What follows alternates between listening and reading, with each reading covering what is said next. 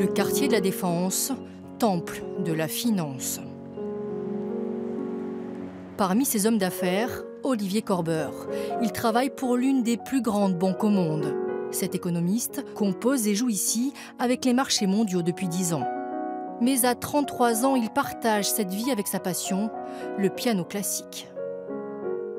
Ce qui est finalement le plus difficile, c'est d'arriver parfois à passer de l'un à l'autre d'un coup et de se remobiliser complètement, changer d'univers et d'arriver à mobiliser sa concentration afin d'être absolument dans le cadre de ce qu'on est en train de faire.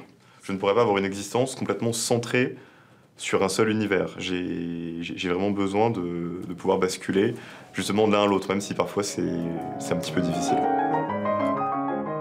Devant son clavier, les chiffres s'envolent pour laisser place aux notes et le musicien laisse de côté l'analyste financier.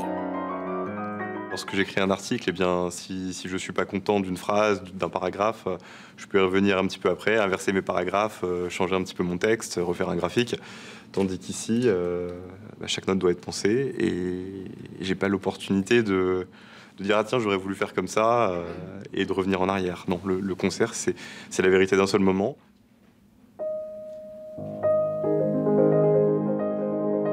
Il déroule du Chopin comme seuls les pianistes professionnels en sont capables.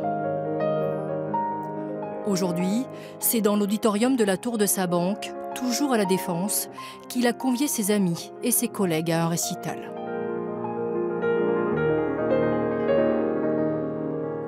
Je suis assez content de le suivre parce que c'est quelqu'un de talentueux et que j'aime bien. Je suis scié par la sensibilité qu'il arrive à donner. Voilà.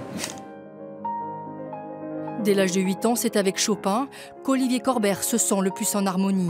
Il lui consacre d'ailleurs son premier album qui va sortir dans les prochains jours. Son titre, Double jeu.